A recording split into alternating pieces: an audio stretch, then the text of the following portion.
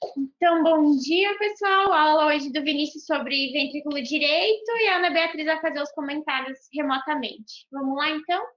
Lá. Bom dia a todos. Meu nome é Vinícius, eu sou especializando do primeiro ano de terapia intensiva do CEPET.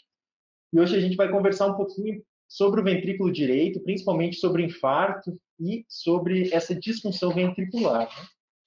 Basicamente, o roteiro da nossa aula, então, na nossa conversa, vai partir sobre então o que seria um ventrículo direito normal, né, e as disfunções propriamente ditas. Especificamente, a gente vai falar um pouco de hipertensão pulmonar, insuficiência cardíaca esquerda, né? Sobrecarga volêmica, como que vai ser esse ventrículo no infarto de VD, um pouquinho do tratamento, né? E umas conclusões finais. Tá? Então, basicamente, hoje, o objetivo da gente estar aqui é para discutir um pouquinho disso, do ventrículo direito, e, como um todo, entender que ele é uma entidade distinta, né? Mas que em alguns momentos, então, ele passa a assumir um papel secundário também, principalmente como repercussão de outras doenças e outros agravos multissistêmicos, mas que ele também, muitas das vezes, assume um papel principal na etiologia dessas doenças, né?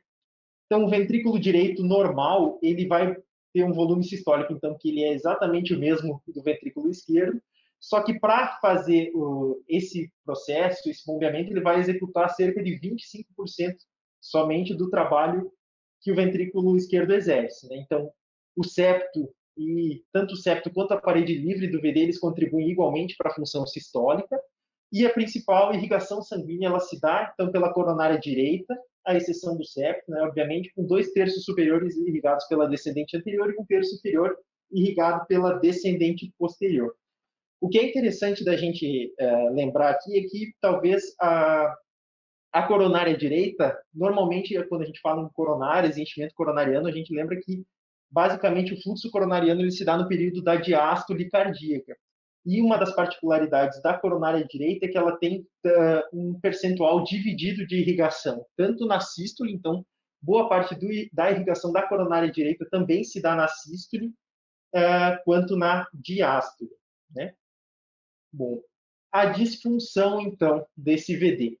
Basicamente, a gente considera uma disfunção ventricular direita como uma alteração estrutural identificável ou funcional, né, tanto estrutural quanto funcional desse ventrículo, e quando ela tem associação com piores desfechos clínicos, né, independente do mecanismo de origem dessa lesão.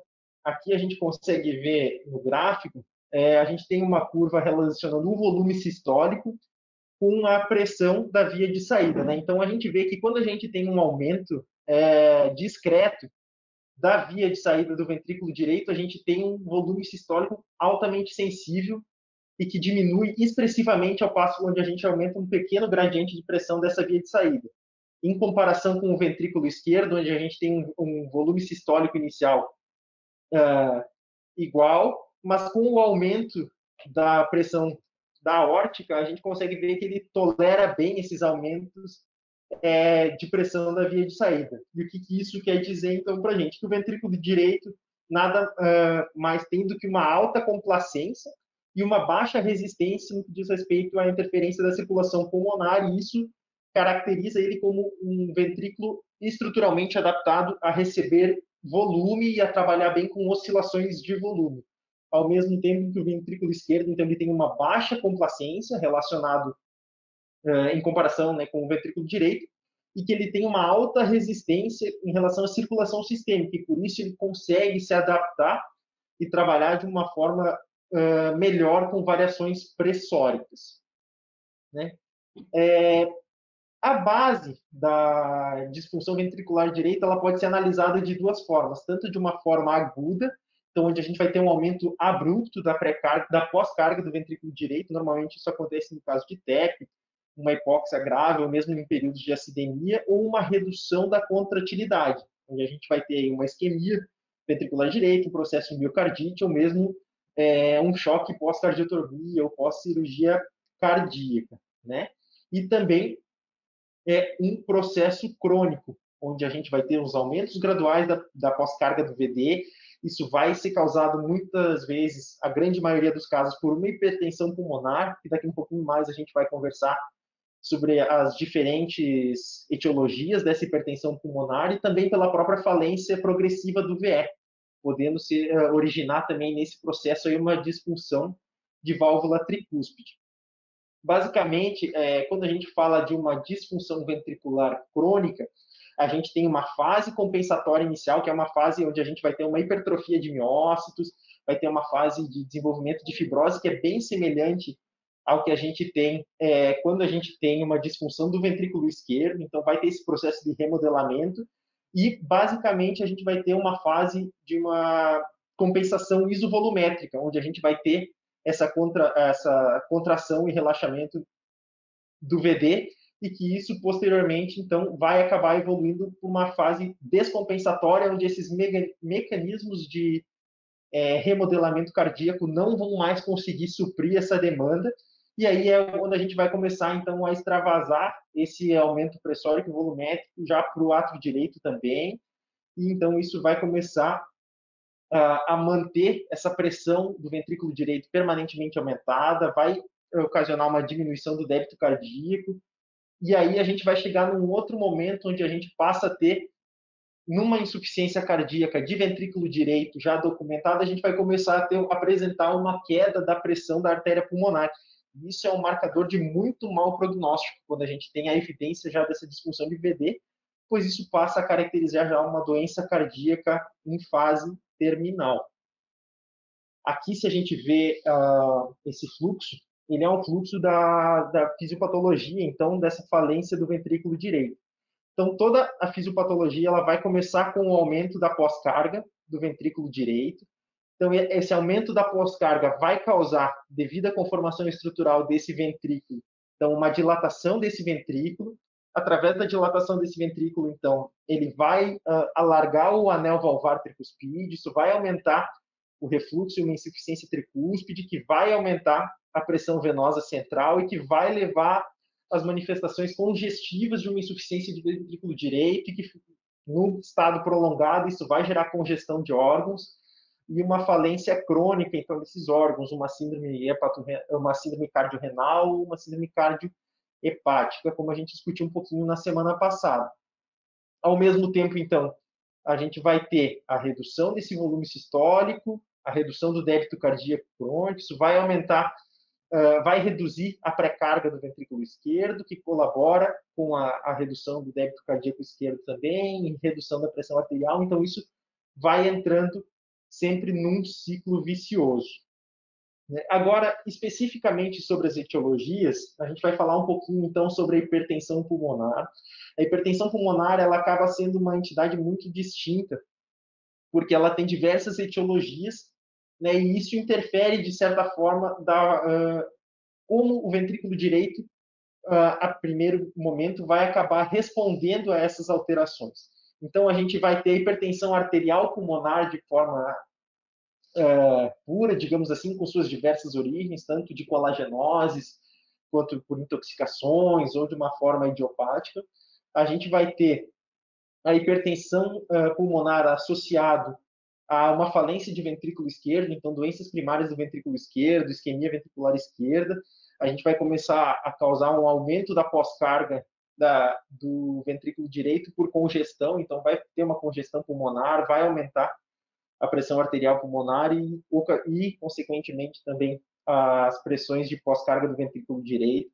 A gente vai ter aí as doenças crônicas pulmonares hipóxicas, então a gente vai ter aqueles pacientes hipoxêmicos crônicos com doenças intersticiais pulmonares, uma DPOC, que já vai ter desordens alveolares também. A gente vai ter as doenças tromboembólicas crônicas, então aqueles pacientes que já têm um TEP crônico, ou mesmo na forma aguda, a gente vai ver isso uma insuficiência aguda de VD. E também as outras que aqui eles classificam como miscelânea, mas na verdade são doenças que não têm mecanismos muito bem esclarecidos do porquê que elas causam esse aumento da hipertensão pulmonar. Então a gente vai ter a sarcoidose, outras adenopatias, linfangiomatose, né? Enfim, compressão pulmonar, eventualmente por tumorações e etc. Então, basicamente, o mecanismo que a gente vai ter de forma sintética, assim, nessa hipertensão pulmonar, a gente vai aumentar a pressão de ejeção do ventrículo direito.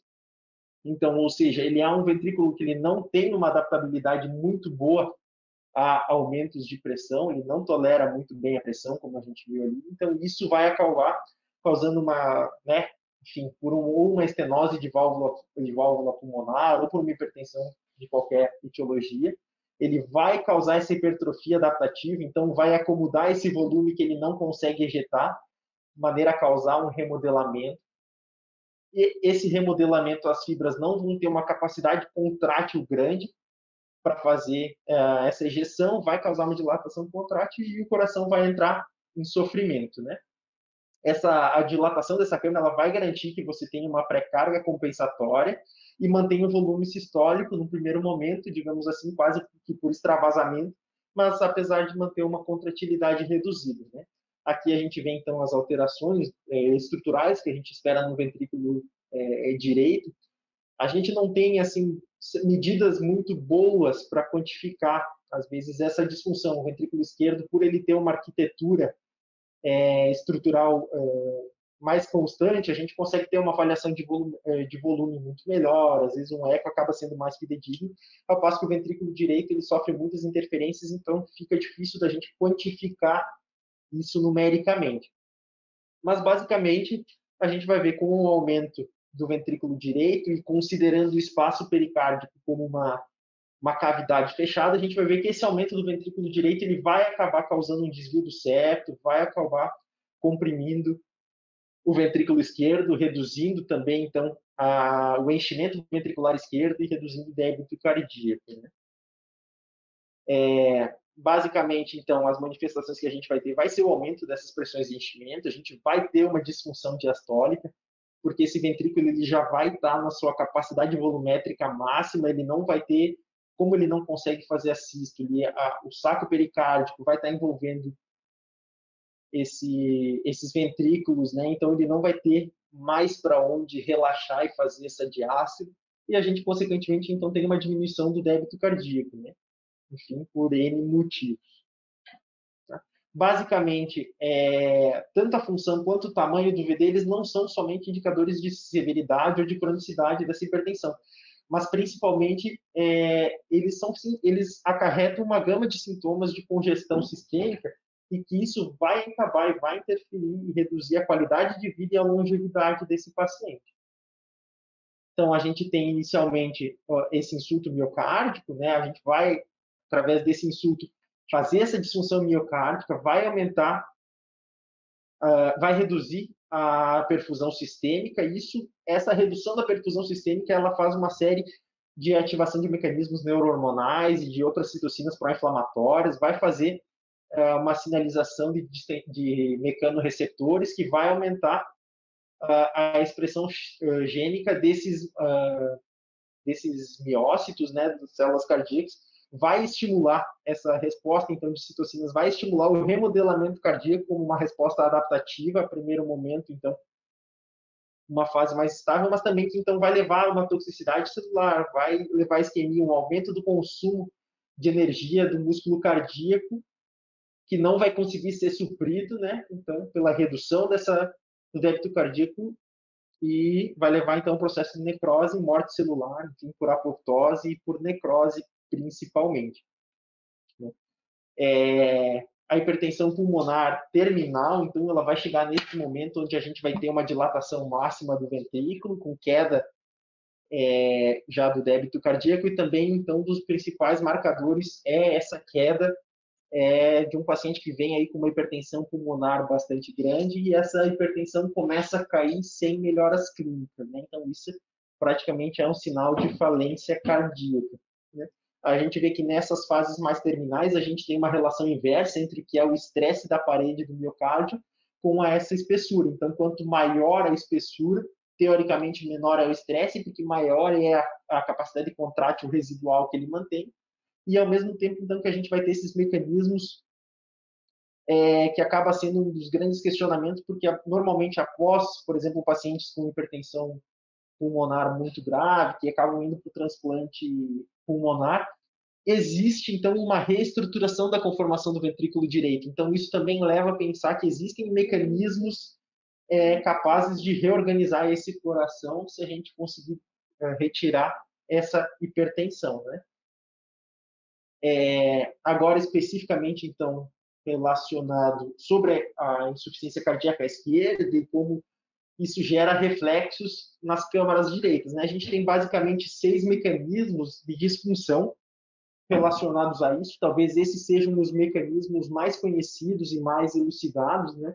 A gente normalmente, quando pensa em disfunções de ventrículo direito, a gente nunca tende a pensar ele como uma causa primária, propriamente dito, da sua disfunção, e sim, normalmente, ou como consequência da disfunção esquerda ou da hipertensão pulmonar. O principal deles, então, é a própria insuficiência cardíaca do ventrículo esquerdo. Ele vai aumentar por, digamos assim,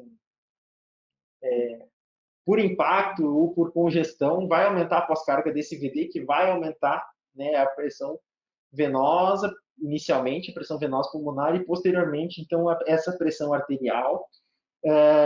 A gente tem processos miopáticos degenerativos, então a gente pode ter uma miocardite que ela vai afetar igualmente tanto o ventrículo esquerdo quanto o ventrículo direito. Então, esses processos eles não são seletivos, eles não sabem diferenciar o que é o esquerdo e o que é o direito, né? Eles apenas comprometem as estruturas.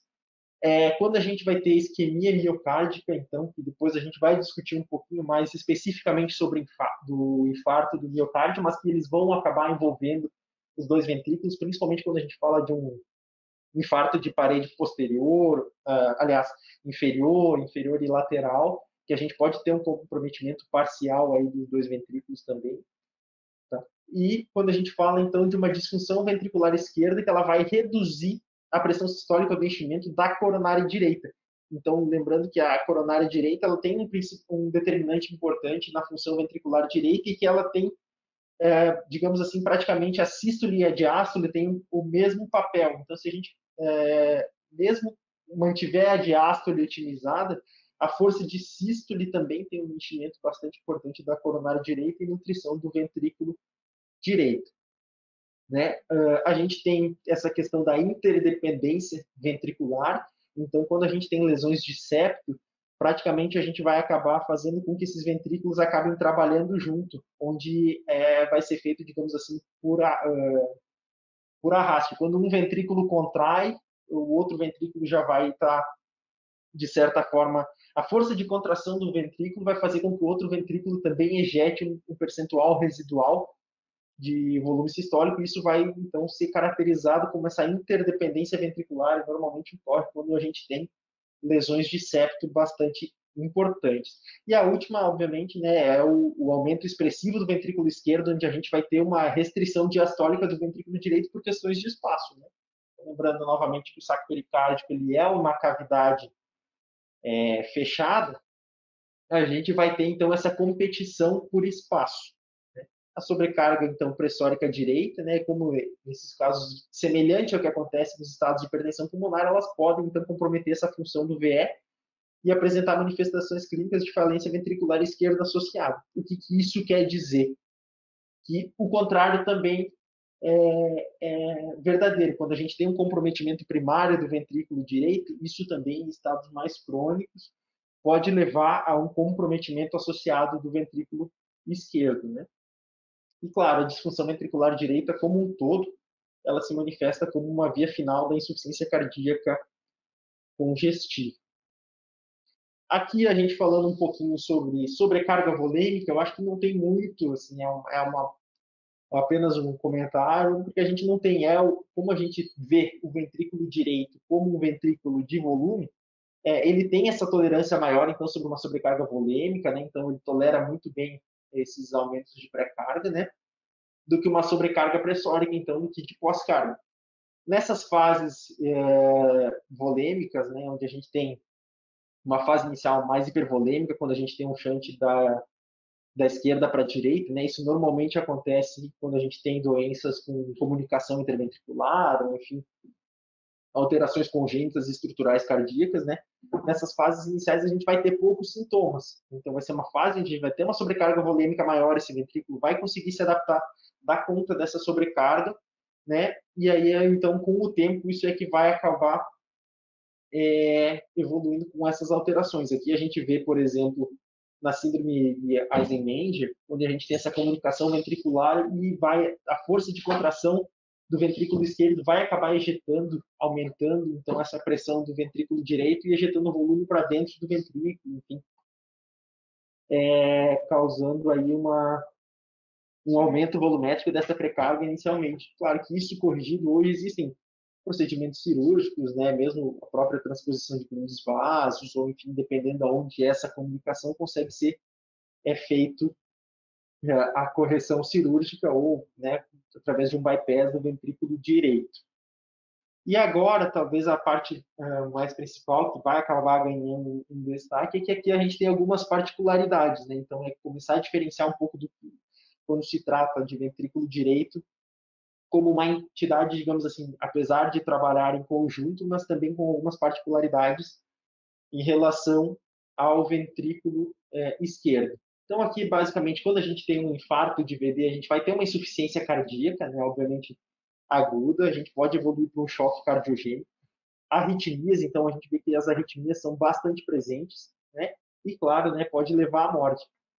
O primeiro relato, digamos assim, que a gente tem do infarto do ventrículo direito associado a essa tríade clássica de hipotensão arterial, evolução, elevação da pressão venosa jugular e da ausculta pulmonar, ela é de 1930.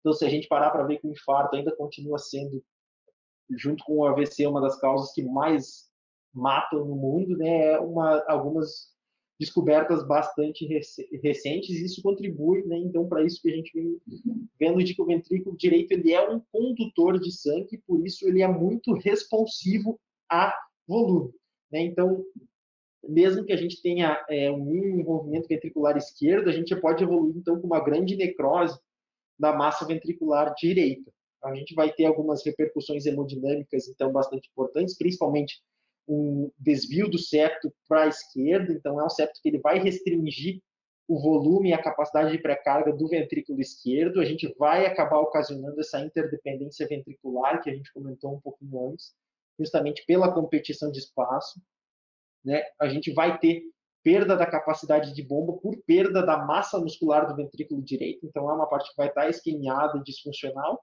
e justamente com isso a gente vai ter essa disfunção sistólica, uma diminuição da contratilidade atrial direita, e isso é muito importante porque essa perda, essa dissociação átrio-ventrículo é que dá origem às arritmias que a gente vê muito comuns no paciente com infarto do ventrículo direito. Então, o paciente que tem infarto do ventrículo direito vai fazer um bloqueio atrioventricular total, é o paciente que vai fazer uma FA ou vai acabar fazendo um flutter atrial.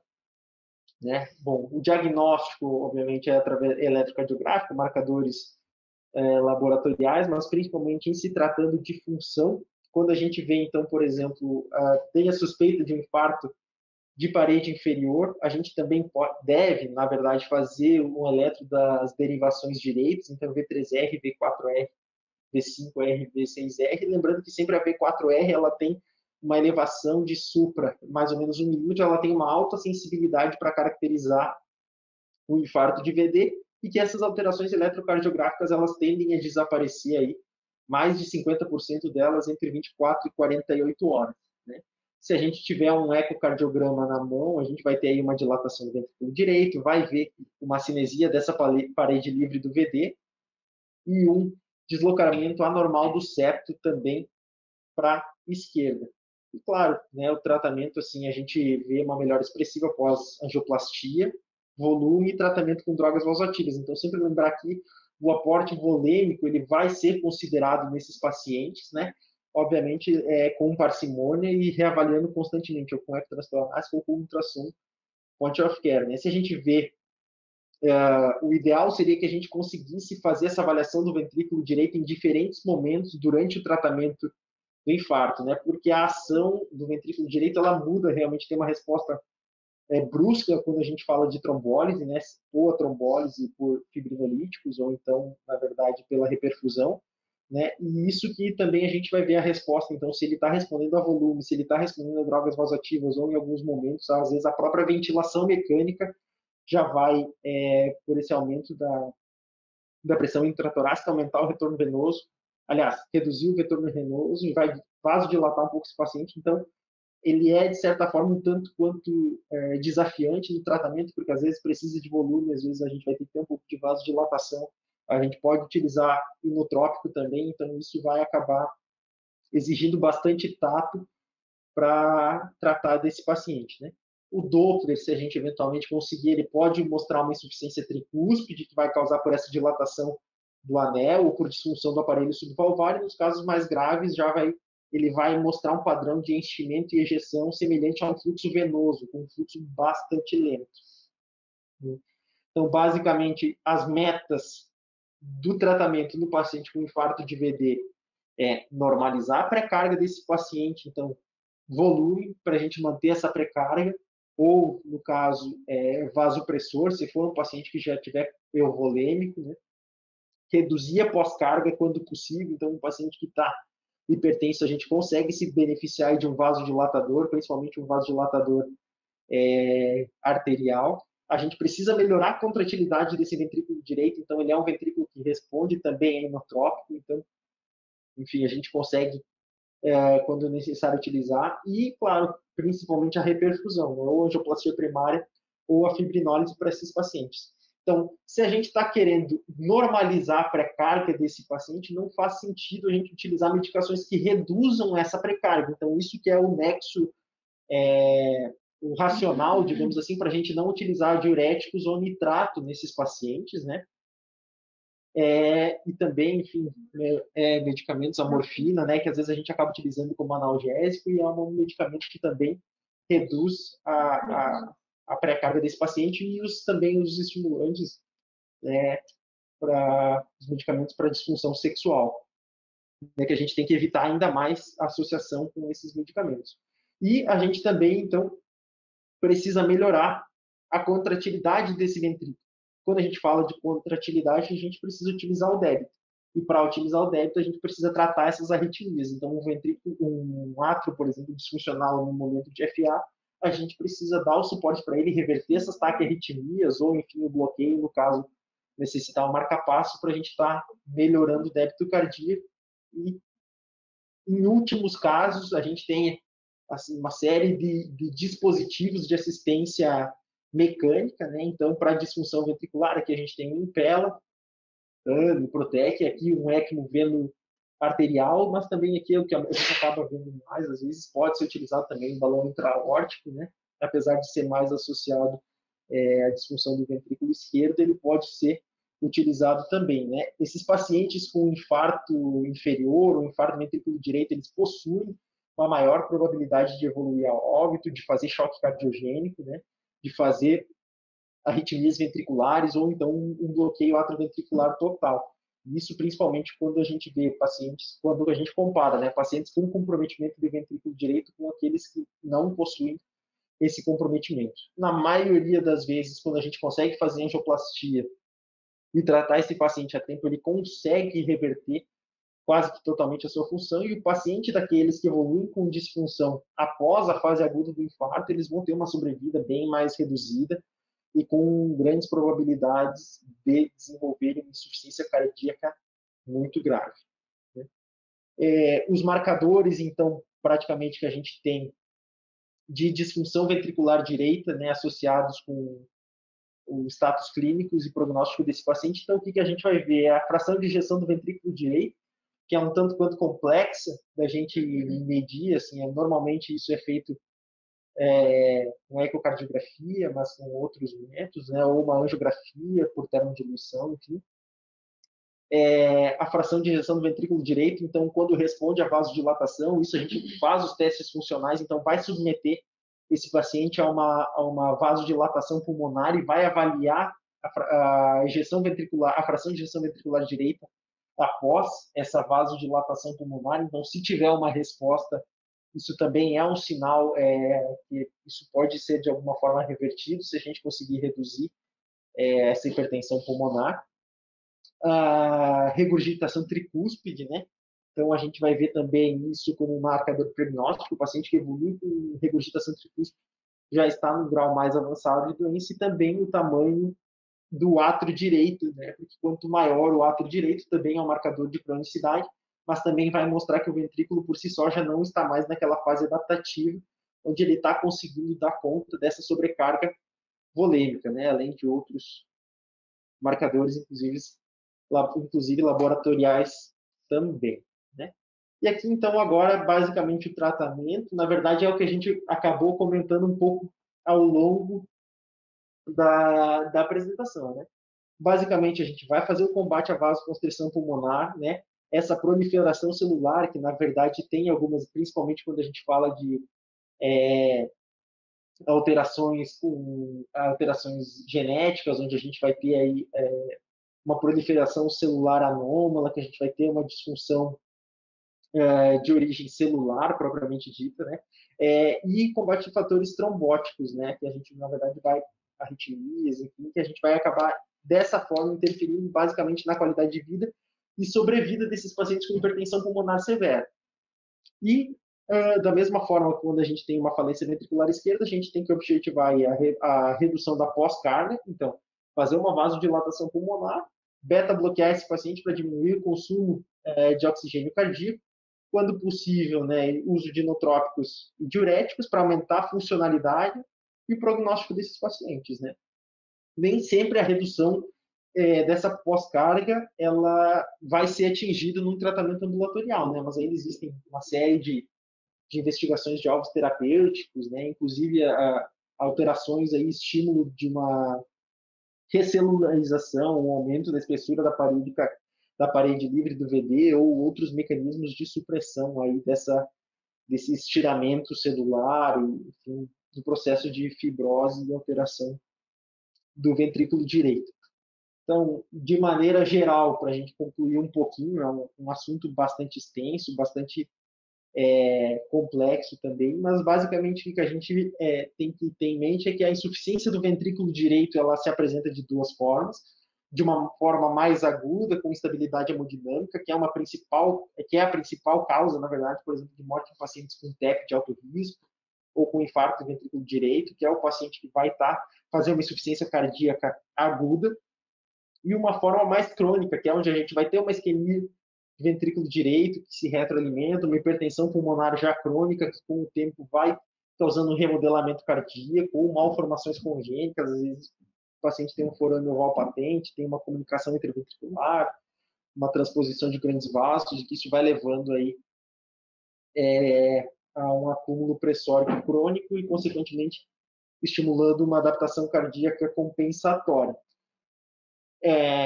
Lembrar sempre que, apesar de a gente sempre ver o ventrículo direito muito associado ao esquerdo, eles são entidades distintas, então a gente ter uma insuficiência cardíaca direita é diferente da gente ter uma insuficiência cardíaca esquerda, apesar de que em alguns momentos elas se confluírem como a via final da doença cardíaca, né? Mas que essa insuficiência crônica do ventrículo direito, ela é, sim, então, associada a uma melhor tolerância aos exercícios físicos, redução da capacidade funcional, redução do débito cardíaco desse doente, e também associada a disfunções orgânicas terminais, porque ela vai causar uma congestão sistêmica, então vai causar congestão renal, vai evoluir para uma nefropatia congestiva, vai acabar causando má perfusão tecidual, vai causar alterações gastrointestinais também, que vai reduzir o grau de absorção, por exemplo, do intestino e causar um quadro caquético para esse paciente, além de estimular, obviamente, estados pró-inflamatórios e, claro, a principal causa de morte em pacientes com hipertensão arterial pulmonar. Aqui, então, já para a gente terminar, as referências que eu utilizei são dois artigos da Circulation, né, um de 2018 e um bastante sintético e que consegue fazer isso de uma abordagem mais didática também de 2006. Então, a princípio, era isso. Muito obrigado. Parabéns, muito bem. Uma ótima aula, ótima mesmo. Ana, tá por aí? Estou por aqui. Vinícius, parabéns pela tua aula. O ventrículo direito é um ventrículo que, para mim, né, eu particularmente considero um tema muito difícil. Ele é bastante complexo e eu acho que a gente entende muito pouco dele. Então, você deu um excelente overview aí, uma aula bem detalhada, principalmente da parte da fisiopatologia, né? E apesar, né, da gente eu acredito que a gente está cada vez entendendo melhor o VD, né? Mas a gente sabe muito pouco da parte terapêutica dele, né? Se a gente olhar mesmo na sua aula, você coloca aí um monte de informação em relação à fisiopatologia, muito, né, do que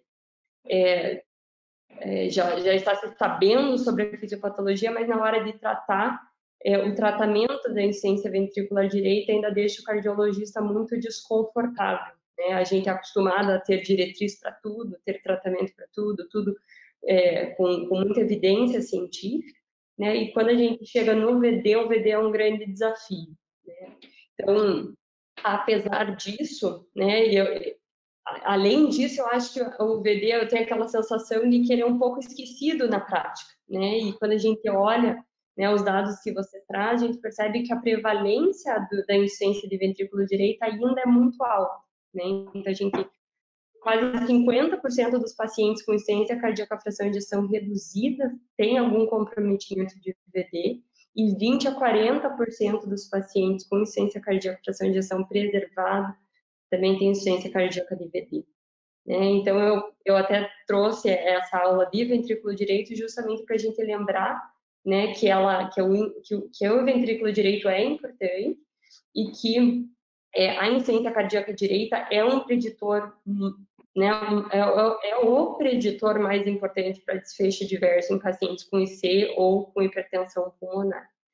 Né? E aí você até trouxe um caso de Eisenmenger, e eu lembrei porque a gente teve um caso, né, durante a residência de um paciente, que eu acho que foi a paciente que mais me marcou na residência de cardio, e eu acho que ali que me trouxe, me demonstrou o quanto a insuficiência cardíaca direita é grave, né? A partir daquele momento eu comecei a respeitar muito a patologia. Então eu só vou explicar um pouquinho para vocês. Essa paciente, né, só vocês saberem, resumidamente, ela era uma paciente de 25 anos, ela tinha uma CIV membranosa não corrigida, né, e essa não correção acabou levando ela a uma síndrome de Eisenmenger, em que basicamente você tem um aumento tão grande da pressão pulmonar que o shunt, que antes era esquerda-direita, passa a ser direita-esquerda. Então, o Eisenmenger é uma das formas mais avançadas de hipertensão pulmonar, né? E geralmente ela está associada a defeitos cardíacos congênitos que não são corrigidos, que foi o caso dessa paciente, que acabou tendo uma demora aí da parte cirúrgica e acabou evoluindo dessa forma. E essa era uma paciente que ela já estava em uso de O2 domiciliar, de sildenafil, de bosentana, que são alguns, né, fazem parte do arsenal terapêutico de hipertensão pulmonar, e ela acabou engravidando. E nessas situações de Eisenmenger, a gravidez é uma contraindicação, então nesses momentos a gente, né, ela foi em consulta para indicação de aborto terapêutico, mas ela acabou se recusando. E esse é um grande problema, porque a gente sabe que a mortalidade materna em pacientes com Eisenmenger é muito grande, chegando até 50%. Né? E o que a gente percebeu é que, na verdade, ela acabou tendo a gestação dela, né, foi finalizada com 29 semanas, em que ela precisou ir para uma cesárea de emergência, ela veio para U logo após essa cirurgia, né, logo após a cesárea, para fazer todo o manejo, porque nesse momento acontece toda uma redistribuição volêmica e o ventrículo direito ele não aguenta, né, toda essa sobrecarga de volume e esse ajuste de volume que acontece no puerpério logo no seu início, né, e a gente foi acompanhando a paciente, a partir do terceiro dia ali da cesárea, ela começou a evoluir com piora clínica, com piora da congestão, urgência regular. A gente começou a furosemida, a gente conseguiu o óxido nítrico da pediatria para ela, mas ela continuou piorando, evoluiu com baixo débito, foi iniciado o suporte com neurinone, com noradrenalina, ela continuou progredindo dessaturação, ela já tinha uma dessaturação basal em casa que eu acho que era de 80% com oxigênio, essa dessaturação passou a 50%, 40%, ela começou a fazer confusão mental, a gente precisou intubar, que era uma coisa que a gente estava querendo postergar ao máximo. E aí, com a intubação, todo o quadro descompensou, essa paciente, a gente tentou, inclusive, ECMO para ela, sem uma indicação bem correta, mas off-label, numa tentativa heróica e a paciente acabou evoluindo a óbito. Né? Então, eu acho que esse quadro me mostra muito bem, né, de que a gente já conhece muita fisiopatologia, mas o tratamento da insuficiência cardíaca direita, principalmente nas suas fases avançadas, apesar do arsenal terapêutico que a gente tem uma dificuldade muito grande de manejar a IC direito, né? Então, só para repassar um pouquinho, né, já com esse caso, assim, para tentar ilustrar. Então, a insuficiência cardíaca direita, ela é, né, complexa, e a fisiopatologia é basicamente isso que você mostrou para a gente, né? Então, a gente tem uma circulação pulmonar que ela tem alta complacência e baixa resistência, né? Então, ela acomoda muito o sangue com um aumento muito discreto da pressão, né? Então, a gente sabe que a pressão ali é um sétimo da pressão do ventrículo esquerdo. Né? E o ventrículo direito, ele tem uma parede, né, muscular muito mais fina, então ele é muito mais sensível ao aumento da pós-carga, né? Então, a gente tem, como você comentou, a hipertensão pulmonar aguda, que é o caso, por exemplo, do TEP, né, em que eu tenho um choque, um quadro de choque cardiogênico, porque aquele VD é fraco, ele é insuficiente para trabalhar contra altas pressões, né, essa é a grande dificuldade do ventrículo direito. E a gente tem uma insuficiência pulmonar crônica, né, que geralmente a gente vai ter uma hipertrofia adaptativa, mas que com o tempo ela se torna mal adaptada, né, de uma forma rápida, e ela acaba evoluindo com dilatação, que é uma hipertrofia excêntrica do ventrículo direito, e isso acaba fazendo nesse artigo que você leu, ele faz um shift, né, da curva, um deslocamento, um desvio da curva para a direita, né, na curva da elastância do ventrículo direito, e com isso a gente vai ter, né, de um ventrículo direito que estava dilatado, mas que mantinha o seu débito cardíaco, né, ele passa com essa né, má adaptação, ele acaba desviando essa curva para a direita e o meu débito cardíaco acaba tendo uma queda importante, e esse paciente entra em insuficiência cardíaca direita aguda, né. E aí você também tem o ciclo vicioso da insuficiência tricúspide, né? Então a gente sabe que a insuficiência tricúspide gera mais insuficiência tricúspide, né? Ela se retroalimenta, né? Porque basicamente ela faz uma sobrecarga de volume no ventrículo direito, mais dilatação, com mais dilatação a gente dilata mais o anel da tricúspide, tem mais regurgitação tricúspide, e com isso mais sobrecarga para o volume direito, né? E são 3 as principais consequências da insuficiência cardíaca direita, né? Então, a primeira é a interação ventricular diastólica, né? Então, eu tenho congestão sistêmica, consequentemente eu vou ter um aumento do retorno venoso, consequentemente eu vou ter um aumento das pressões de enchimento cardíaco direito, né? E com isso eu vou ter um comprometimento do ventrículo esquerdo, né? Então, eu tenho um desvio do septo, né, em direção ao VE. Então, o VE ele passa a assumir um formato de D, né, que eles chamam, e, consequentemente, eu vou ter uma piora, né, da função do ventrículo esquerdo, né? Então, a gente sempre sabe, como causa de insuficiência cardíaca direita, a gente tem a falha do ventrículo esquerdo, né? Da mesma forma, né, o ventrículo direito também compromete o ventrículo esquerdo. O segundo mecanismo seria, então, interação ventricular sistólica. Então, eu sei quando eu tenho uma redução do meu volume sistólico por conta dessa disfunção de IVE, eu ativo toda aquela cascata neurohormonal de novo, em que eu tenho uma retenção de sódio, tenho retenção de água, consequentemente eu tenho um aumento da volemia, e aí isso vai fazer com que a minha pressão venosa central aumente, né? E aí tem uma nova sobrecarga do ventrículo direito, né? E por fim, as arritmias, que são muito prevalentes, né? Então, com toda essa sobrecarga de volume, a gente acaba tendo, né, a maior chance de EFA, né? E com isso eu vou ter um prejuízo da função ventricular de uma forma global.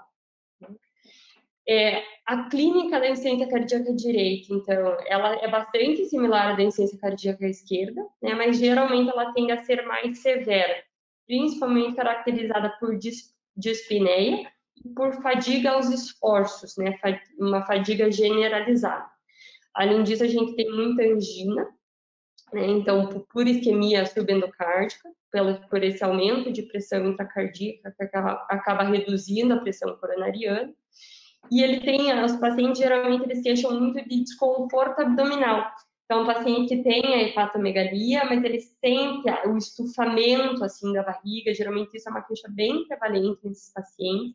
E eles têm mais ansiedade precoce, eles geralmente são mais tem um pouco de caquexia, justamente porque em estágios mais avançados a gente tem uma congestão hepatosplênica, tem uma congestão do trato gastrointestinal, então geralmente esses pacientes até evoluem com aumento de transaminases, função comprometida hepática, né? E até a cirrose, que a gente chama de cirrose cardíaca, então. No exame físico, o que a gente observa é se você coloca a mão nos espaços intercostais ali, logo, no próximo ao externo, a gente consegue ver a pulsação do ventrículo direito. Isso a gente conseguia ver com uma paciente, né, que teve internada aí com hipertensão pulmonar, pós-cirurgia cardíaca, a gente tinha essa pulsação. A gente tem um sopro de insuficiência tricúspide por conta dessa regurgitação, é um sopro regurgitativo, e o que a gente consegue perceber é que esse som tem um Rivero Carvalho positivo, que basicamente é quando você inspira, esse sopro aumenta, e quando você expira, o sopro diminui. Então, ele é um sopro mais cantante, assim, ele aumenta e diminui, isso você consegue perceber. E o aumento da B2, né, que seria por conta da hipertensão pulmonar. Além disso, você tem urgência jugular, os sinais, né, de aumento de hepatomegalia, refluxo hepatojugular positivo e edema de membros inferiores com cacife. Tá? No eletrocardiograma, apesar de ele ser um exame, né, simples, a gente acaba tendo ele em toda a dimensão e muitas vezes a gente já consegue alertar para o diagnóstico ali, né? Então, normalmente, o eletrocardiograma ele vai mostrar o registro do ventrículo esquerdo, porque o ventrículo esquerdo tem predominância em massa, né? Mas nos casos de insuficiência cardíaca direita, em que eu tenho uma sobrecarga ventricular direita importante, a força elétrica do ventrículo direito acaba superando a do ventrículo esquerdo e o ventrículo direito começa a aparecer no eletrocardiograma, né? Então, o que a gente tem é um desvio do eixo para a direita, né? Porque essa câmera passa a ter mais importância. Geralmente, isso, né? Você vai ter um QRS negativo em D1, positivo em AVR. Você tem um desvio para frente, então a onda R, né, em V1, né, que são as derivações que estão à frente aqui, né, no externo, que é onde está o ventrículo direito na sua anatomia, porque o ventrículo direito é anteriorizado em relação ao esquerdo no tórax. A gente vai ter uma onda R positiva, né, justamente porque o eixo está indo para frente, em direção ao VD, né? Consequentemente, a gente vai ter uma onda S em V5 e V6. Tá? Muitas vezes a gente também tem o que a gente chama de strain de VD. Eu acho que eu até, não sei se eu comentei com vocês sobre strain de VE, mas é a mesma ideia. Então, a despolarização ventricular, ela geralmente é do endocárdio para o epicárdio, e a repolarização tem sentido inverso, né? Porque as células do epicárdio se repolarizam mais rápido. Na hipertrofia ventricular, o sentido da repolarização ele inverte, né? E aí a onda T fica negativa, e aí a onda T geralmente faz aquele infra, e na sobrecarga do VD está em V1 a V3. E muitas vezes também a gente vai ter a sobrecarga atrial direita, que basicamente é o aumento da amplitude, né? Então ela vai ter mais de 2,5 quadradinhos, né? Geralmente são ondas T mais altas e mais pontiagudas, tá?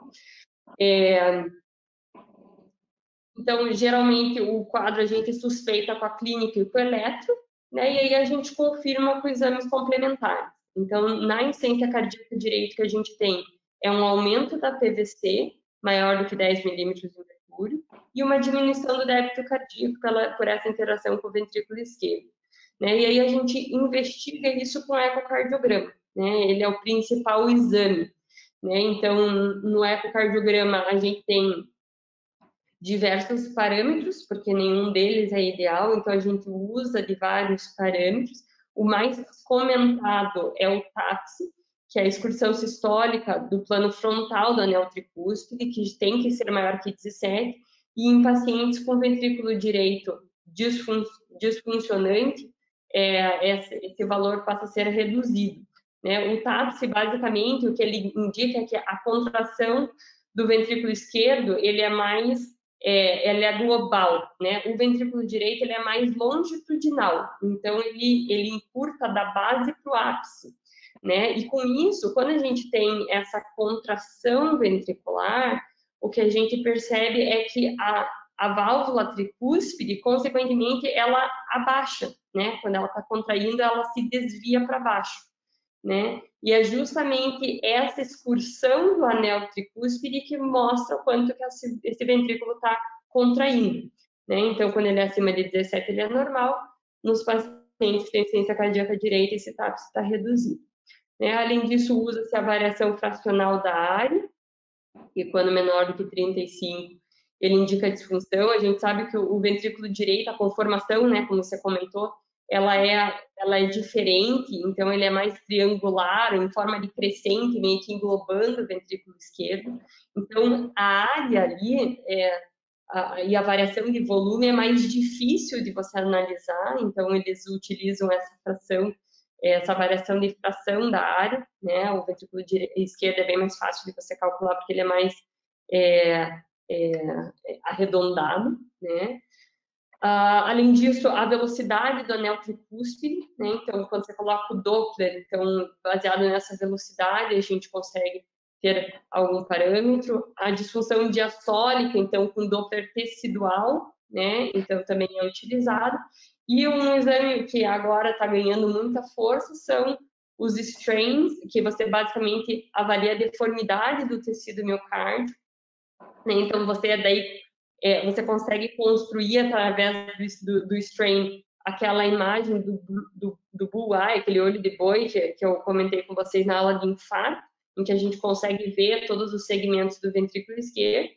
E aí, todas as vezes que você forma esses pontos, né, quando eles se aproximam, a gente tem uma deflexão negativa, né, que é representado com uma cor vermelha, que é mais intensa, né, que mostra uma normocinesia ou uma hipercinesia, e todas as vezes que esses pontos se afastam entre si, então a gente tem uma curva positiva, né, e quando está em uma determinada parede, a gente consegue mostrar que naquela parede, né, que está daí corada em azul, mais escuro, assim, a gente tem discinesia. Além do ecocardiograma, né, quando o ecocardiograma não é diagnóstico, a gente pode passar para exames de ressonância. A ressonância tem capacidade de fazer medidas mais acuradas do ventrículo direito, da fração de ejeção do ventrículo direito e da massa, né? Além disso, ele consegue definir alterações segmentares de contratilidade e também avaliar inflamação, né, no caso de miocardite, por exemplo, ou fibrose do ventrículo direito, né? Isso através do contraste com gadolino. E, por fim, o cateterismo direito, né, que seria o padrão ouro aí, ele é um exame invasivo, então ele geralmente é feito em casos que realmente precisam, mas aí a gente consegue quantificar as pressões de enchimento do ventrículo direito, ventrículo esquerdo, resistência pulmonar, débito cardíaco, e aí ter uma análise mais minuciosa do ventrículo direito, da insuficiência de ventrículo direito. Das causas eu não vou me ater aqui, eu acho que você comentou várias delas, mas eu acho que a de maior destaque, então, é a hipertensão pulmonar, que seria, né, uma causa de hipertensão pulmonar pré-capilar, e a causa cardíaca esquerda, né, a insuficiência cardíaca esquerda, levando a insuficiência cardíaca direita, né, que acaba sendo a causa mais comum. E aí o suporte, então, né, o princípio do suporte do manejo do VD ainda é a otimização da volemia. Então, a gente geralmente orienta em pacientes crônicos restrição de sódio e água, né? Geralmente restrição de sódio abaixo de 3 gramas por dia, restrição de água de 1,5 a 2 litros por dia, e aí a diurético terapia, né? Tanto na fase crônica quanto na fase aguda, ela seria, né, o princípio fundamental aí. Geralmente a gente usa doses mais elevadas em pacientes com insuficiência cardíaca direita, justamente porque esses pacientes, geralmente, eles têm algum grau de disfunção renal de disfunção renal, insuficiência renal crônica ou insuficiência renal aguda nos quadros agudos, por conta dessa congestão renal, de hipotensão e de baixo débito cardíaco, né? Lembrar de nunca ter medo de fazer diurético em paciente hipotenso que está visivelmente congesto, né, na insuficiência cardíaca direita, porque esses pacientes eles precisam tirar todo aquele líquido para que o coração, né, funcione de uma forma mais adequada. E ocasionalmente a gente pode fazer uso de um vasopressor concomitante para melhorar a pressão, caso isso seja preciso. Né? Na fase aguda, sempre diurético endovenoso, então a gente sabe que existe muito edema do trato gastrointestinal e isso acaba limitando a absorção de uma medicação feita via oral. E fazer essa retirada de volume de forma gradativa, né? A gente sabe que o extravascular ele precisa se deslocar para o intravascular, né? E para daí você retirar mais líquidos, justamente para você evitar desidratação e hipotensão, né? E aí a gente utiliza muito de marcadores de hemoconcentração, então HB, hematox, albumina, para fazer esse manejo. E sempre evitar a desidratação, né? Então, principalmente ali se a gente pensa em infarto também, né? Se você tem algum sinal sugestivo de hipovolemia, tente alíquotas pequenas aí de soro físico, né? 250 ml em bolos ali para ver se melhora a pré-carga, se melhora a perfusão e se esse paciente se beneficia de hidratação, né? Em sinais, né, quando você começa com sinais de baixo débito, que foi o caso da nossa paciente, você precisa começar a garantir suporte hemodinâmico, né? Então a gente se oferece nutrópico, né, com a finalidade de reduzir a pós-carga do ventrículo direito, aumentar o fluxo, melhorar a perfusão renal, né? No ventrículo direito se usa muito miurinone e idobutamina, com uma tendência a se usar a miurinone, né? Então ele é um vasodilatador, né? Tem efeito na vasculatura pulmonar. Ele também é menos taquicardizante que a dopamina, então, que a dobutamina, desculpa. Então geralmente a tendência é fazer miurinone. E os vasodilatadores pulmonares, então o óxido nítrico, né? Para reduzir essa resistência vascular pulmonar e melhorar a ação de injeção do ventrículo direito, consequentemente melhorar também o consumo de oxigênio. Tá? O que a gente mais tem na prática é o sildenafil, mas existem outros que são feitos também. E aí, só para finalizar, falando um pouquinho do infarto de VD, lembrar que a morbimortalidade do infarto de VD é pior do que a do VE, geralmente porque ele tem complicação hemodinâmica ou elétrica, em 50% dos casos. A maioria dos pacientes com infarto de VD acaba recuperando essa função em semanas a meses. E lembrar que o infarto de VD ele é menos suscetível ao infarto. Então, geralmente, o que a gente tem é um atordoamento isquêmico ao invés de necrose miocárdica, né? Isso porque a demanda de oxigênio é menor, né? Então, o ventrículo direito ele é mais fino, então ele tem menos músculo. A perfusão coronariana, como você comentou, é tanto na sístole quanto na diástole, e geralmente a gente tem colateral esquerda e direita, principalmente nos casos mais crônicos, né? E quando que a gente suspeita de infarto de VD? Quando a gente tem alteração em parede inferior. Então, sempre que a gente tem alguma alteração do ST ou da onda T em parede inferior, a gente tem que fazer as derivações direitas, principalmente V3R e V4R, né? Sendo que o aumento maior do que 1 milímetro no V4R, ele realmente tem um valor preditivo bastante alto para a oclusão de VD proximal, né? Então, além disso, só como dica, assim, quando você tem uma elevação do ST, né, ali de parede inferior, quando você pensa, né, eu não sei se vocês estão me enxergando aí, mas a gente Não tem tá a derivação V3, né, a V3, a V2 e a V3, né?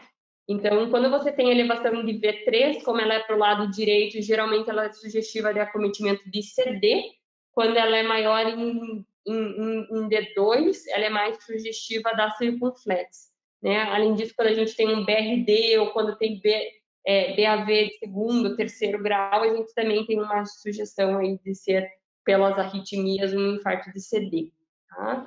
Lembrar que a anatomia, a dominância ela é direita em 85% dos casos, então o ventrículo direito pega a parede inferior, mas em 15% dos casos a gente pode ter a CX dominante, né? Então você tem uma oclusão crônica proximal da CD e a CX que vai pegar a parede inferior, né? A clínica, então, geralmente vem com aquela tríade de hipotensão, pulmão livre, o pulmão limpo, né? Então, paciente hipotenso, pulmão limpo e uma elevação da pressão venosa central, né? Então, urgência jugular, edema de membros inferiores. E aí, na emergência, geralmente o que se recomenda é fazer um ecocardiograma transtorácico de urgência. Né? Obviamente que isso não deve postergar uma revascularização, não deve atrasar a angioplastia primária, mas, se possível, a gente faz o ecocardiograma em que a gente vai ter aquelas alterações que você comentou de dilatação do ventrículo, alteração segmentar, movimento paradoxal do septo, uma diminuição do TAP, uma insuficiência tricúspide, né? E você consegue, principalmente, diferenciar com outros diagnósticos que causam a mesma tríade, que seria o TEP, né? Que causa elevação do ST, né? E causa elevação enzimática também, né? Pericardite, então tamponamento cardíaco ou infarto anteroceptal, né, ali no septo, muitas vezes a gente tem injúria de VD junto, você pode ter, né, as complicações de ventrículo esquerdo, então você faz o diagnóstico diferencial com o ecocardiograma. E de mudança, assim, em relação ao manejo do ventrículo esquerdo, então a gente tem realmente o que você comentou, né, de evitar os opioides e nitrato, porque eles reduzem a pré-carga. A gente geralmente evita, pelo menos de início, o uso de beta-bloqueador ou bloqueador de canal de cálcio, porque eles reduzem a contratilidade, eles também reduzem a condução do nó do AV, né, então eles podem piorar possíveis bloqueios. Né, e os diuréticos, justamente porque, por conta da pré-carga, que eu acho que você explicou super bem. Né? Então, otimizar a volemia desses pacientes é super importante, né? E se aí tiver choque, né, sinais de baixo débito, aí a gente vai entrar com o inotrópico. Acho que era basicamente isso que eu queria comentar. Não sei se alguém aí na sala tem algum comentário, quer esclarecer alguma dúvida. Tudo bem, obrigada, Ana. Daqui era isso. Acho que o doutor Álvaro gostaria de fazer algum comentário, alguma colocação. Eu estava ouvindo vocês. Vocês estão me ouvindo? Estamos, tudo certo. Bom, primeiro eu adorei a aula e todos os comentários da Ana, obviamente, como se fossem duas aulas, no final das contas, né? Um complementa o outro, achei bem legal. O ventrículo direito sempre foi muito escondido, sempre entrou muito frequentemente em falência sem que a gente soubesse ou levasse ele em consideração. Basta lembrar que os dentes que vão para a ventilação mecânica, que são hipoxêmicos, de um modo geral, têm hipertensão pulmonar, tem hipóxia ou hipóxia miocárdica, tem hipoxemia, que desenvolve com muita facilidade disfunção do ventrículo direito, que a gente não vê. Os doentes com SARA, se vocês sistematicamente fizerem eco de beira de leito nos doentes com SARA, com PaO2 e FiO2 abaixo de 150, praticamente todos eles têm hipertensão pulmonar. E dependendo da quantidade de volume que foi administrado anteriormente, esses doentes têm ventrículo direito estufado, têm ventrículo direito com desvio do septo para o ventrículo esquerdo, e esses doentes desenvolvem hipotensão dependente de droga vasoativa, que frequentemente era desconhecido na beira do leito com a falta de eco. Né? Hoje, com a facilidade de eco, essas situações podem ser muito mais rapidamente identificadas. Bom, além de tudo que já foi dito, a gente passou por uma fase muito dessa de ressaltar a restrição da administração de volume nos doentes com SARA grave. Talvez seja a doença mais frequente que a gente tem internada hoje, né, nas SARAs por Covid. A gente deve ter uma incidência enorme de disfunção do ventrículo direito. E muitos desses doentes acabam desenvolvendo mais hipoperfusão periférica com administração excessiva de volume. Como já foi explicado, esses doentes têm pericárdio habitualmente normal, tem pericárdio relativamente inextensível, e administração de volume num ventrículo direito já estufado, já com pós-carga aumentada por causa da vasoconstrição do tórax, mais a ventilação com pressão positiva, então, consequentemente, uma pós-carga aumentada do ventrículo direito. Esses doentes têm frequentemente desvio do septo do lado direito para o lado esquerdo, e muitas das dependências de droga vasoativa são por reposição de volume excessivo. E disfunção do ventrículo direito que não estão sendo percebidas rotineiramente entre nós. Acho que as outras situações são mais clássicas, a maior parte delas são de apanagem da cardiologia. É só lembrar esse aspecto de que os doentes de UTI, que têm doença pulmonar grave, aguda, com SARA frequentemente tem disfunção do ventrículo direito, sem ter nunca tido disfunção cardiovascular ou cardiopatia.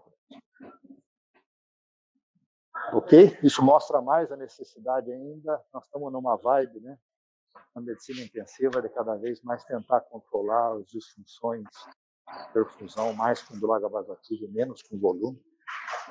E aí está mais uma eventual complicação da administração de volume excessivo, levando à disfunção do ventrículo direito nos doentes com SARA. Ok, obrigado mais uma vez. Infelizmente eu não pude ficar aí. Obrigado, Ana. E a tua aula foi muito boa, Vinícius. Parabéns. Obrigado, doutor. Ana, obrigado pelos comentários também. A doutora Caroline precisou sair, pediu para a gente encerrar a aula, então eu agradeço os comentários e continuamos aí nas próximas semanas. Eu acredito que agora as próximas já com aulas de neuro novamente. Muito obrigado aí a todos e até a próxima. Um bom dia para vocês. Até logo. Tchau. Obrigado, doutor. Até mais.